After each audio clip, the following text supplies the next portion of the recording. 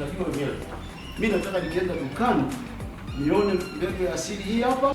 Mazao yanayoenda nje ya nchi hayatumiki, hamna kemikali.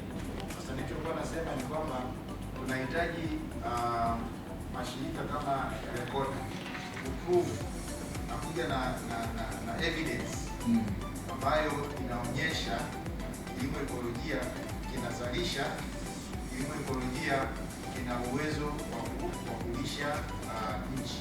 Sentensi inavyosomeka ni kama vile kwamba kutoa elimu kama ndio ianze kutoa, lakini tayari elimu ilishatolewa. Sasa wao kama wao kwa elimu ambayo tayari imetolewa kwa ngazi ile, wamefanya juhudi zipi kuweza kufanya hiyo elimu iweze kusambaa kwa wengine?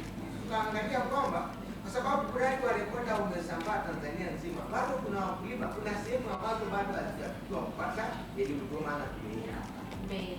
Kwa hiyo tulikuwa tuna baadhi ya mapendekezo kwamba tangu mwanzoni mnufaika anatakiwa ajue ninaingia kwenye huu mradi kwa sababu gani, kwa malengo gani. Yule unajua ukiingia kijini ukaweka mradi kila mtu anataka. Alafu sasa Rekoda wameondoka hawajui waliingia kwa sababu gani. Kwa hiyo kuna majibu mawili.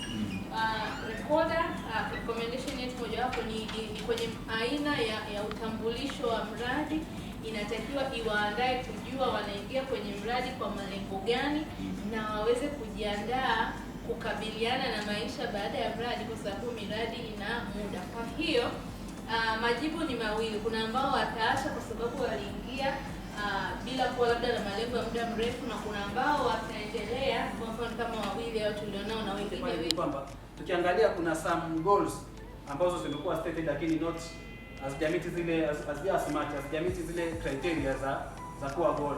Hata ukija ndani ya indicator, kuna indicator nyingine ambazo zipo utaziona lakini hazijashiba kama clean indicator. Sababu wanasema indicator inabidi iwe clean, objective inabidi iwe smart.